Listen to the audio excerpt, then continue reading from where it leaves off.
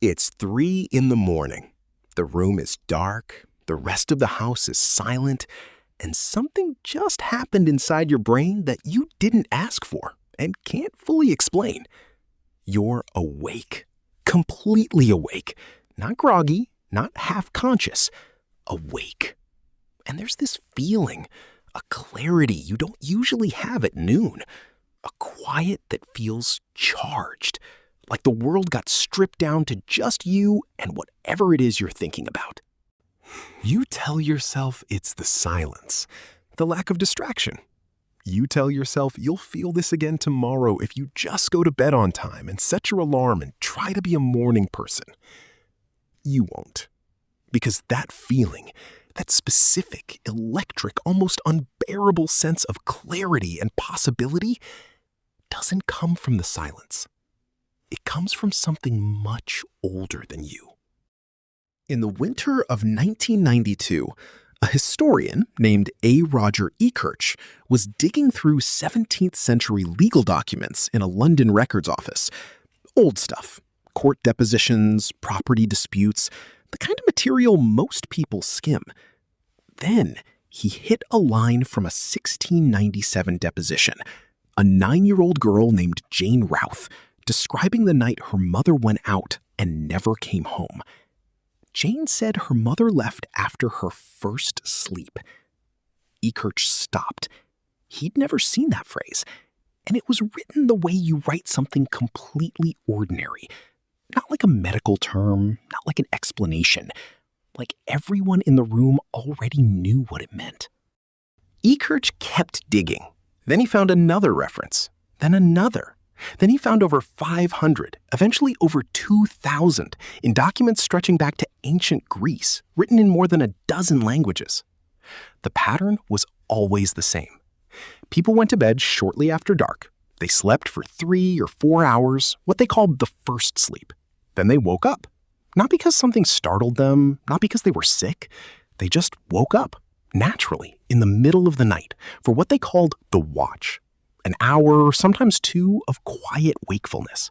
Prayer, reflection, conversation, sometimes just lying there in the dark, thinking. Then they slept again until morning. This wasn't insomnia. This was the schedule. This was how human beings slept across most of recorded history, on virtually every continent, before the Industrial Revolution rewired it out of us. Here's the part they don't tell you. Deep inside your brain, in a tiny structure called the suprachiasmatic nucleus, roughly the size of a grain of rice, there is a clock. A real clock, not metaphorical. It runs on a roughly 24-hour cycle. It responds to light, and it coordinates almost every biological process in your body, including what happens in the hours before you wake up. Starting around 3 a.m., your body begins preparing for consciousness. It's not waiting for your alarm. It starts before your alarm, before any external signal at all. Cortisol, the hormone most people associate with stress, begins climbing in the bloodstream. By the time you wake up, it peaks, a surge researchers call the cortisol awakening response, and it happens in roughly 77% of healthy adults within the first 30 to 45 minutes of waking. That surge is your brain handing you a biological cup of coffee before you've taken a single step. But here's the detail that changes everything. A 2022 study from the Oregon Institute of Occupational Health Sciences found that the cortisol awakening response peaks not at your alarm time, but at roughly 3:40 to 3:45 in the morning in participants whose normal wake time was 6:36 a.m., 3 hours before they were supposed to get up. Your body doesn't wait for sunrise to get ready for the day. It starts warming up in the dark, alone, while you're still technically asleep. The pre-dawn hours aren't dead time. They're prep time. They're the biological equivalent of a backstage crew setting the stage before the curtain rises. So when you wake up at 3 a.m. feeling strangely alive, your ancestors called it the watch and built rituals around it. Your brain calls it Tuesday. There's something else happening at 3 a.m. that the cortisol story doesn't fully explain. Something in the quality of the thinking, The way ideas feel bigger, the way the future feels more open, the way you make decisions you'd never make in broad daylight. Promises to yourself, plans, sudden clarity about what actually matters. That part isn't cortisol. That part is your prefrontal cortex going quiet. The prefrontal cortex sits just behind your forehead. It's the part of your brain responsible for risk assessment, social judgment, impulse control, and self-editing.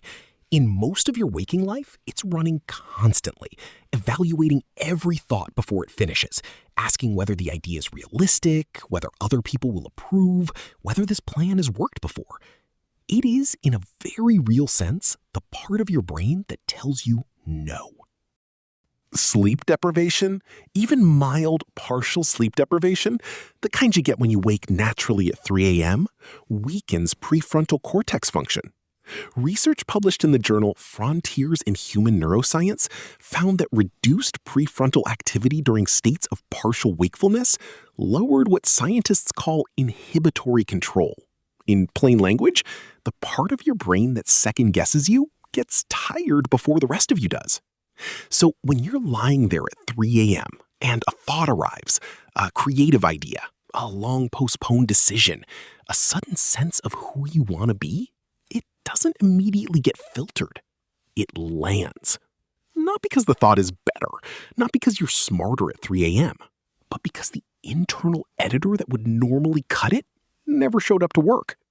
This also explains the other side of 3 a.m. The same mechanism that makes you feel invincible also makes you feel devastated. Without the prefrontal cortex moderating your emotional responses, grief hits harder. Regret is louder. Fear becomes enormous. The 3 a.m. spiral is the same neurological event as the 3 a.m. breakthrough, just pointed in a different direction. The brain at 3 a.m. is not broken. It's unguarded. And unguarded brains cut both ways. Go back to Roger Eckert's research.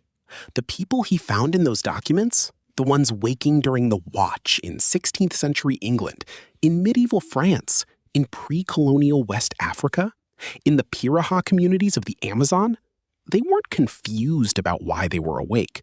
They weren't reaching for their phone. They weren't lying there anxious about getting back to sleep.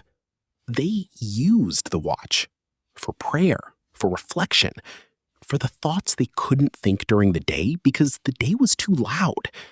Medical texts from the period recommended using the Watch to think through important decisions. The mind, physicians wrote, was clearest in those middle hours. They weren't wrong. They just didn't know about cortisol or the prefrontal cortex. They knew it empirically. They felt it, and they built their lives around it. The Industrial Revolution didn't just change when people worked, it changed when people slept. Gas lamps hit London streets in 1807. By 1823, 40,000 lamps lit more than 200 miles of the city. Artificial light pushed bedtime later and later, compressed sleep into a single block, and turned the Watch, that ancient, biologically scheduled moment of quiet wakefulness, into a disorder. We started calling it insomnia. Here's the uncomfortable part of all this. If the Watch was real, if millions of people across thousands of years woke in the middle of the night as part of a natural sleep architecture, then waking up at 3 a.m. and feeling weirdly alive isn't a bug in your system. It might be the oldest feature you have. The question isn't why it happens. We've answered that. The cortisol awakening response starts 3 hours before sunrise. The prefrontal inhibition drops. The noise of the world is gone. Your biology is primed and your inner editor is asleep. The question, the one worth sitting with, is what you do with it. Most people waste the Watch, not because they're lazy, because nobody told them what it was. They lie there resisting it, anxious to get back to sleep, scrolling the news, watching the clock numbers change from 3:04 to 3:18 to 3:47. The ancestors who used it didn't have a productivity framework. They just had the quiet, and they didn't fight it. They prayed, they thought, they lay next to someone they loved and talked in low voices about real things. They were, in every measurable neurological sense as mentally open as they would ever be in a 24-hour cycle. And they knew it. The main character feeling isn't delusion. It's not caffeine. It's not a quirk of personality. It's your cortisol rising, your prefrontal cortex standing down, your body doing exactly what it was designed to do before electric light convinced you that 3 a.m. was a mistake. The feeling is real. The biology is real. The clarity is real. Fragile and temporary and real. What you do with it is the only variable left. The watch has always been yours. You just forgot it had a name.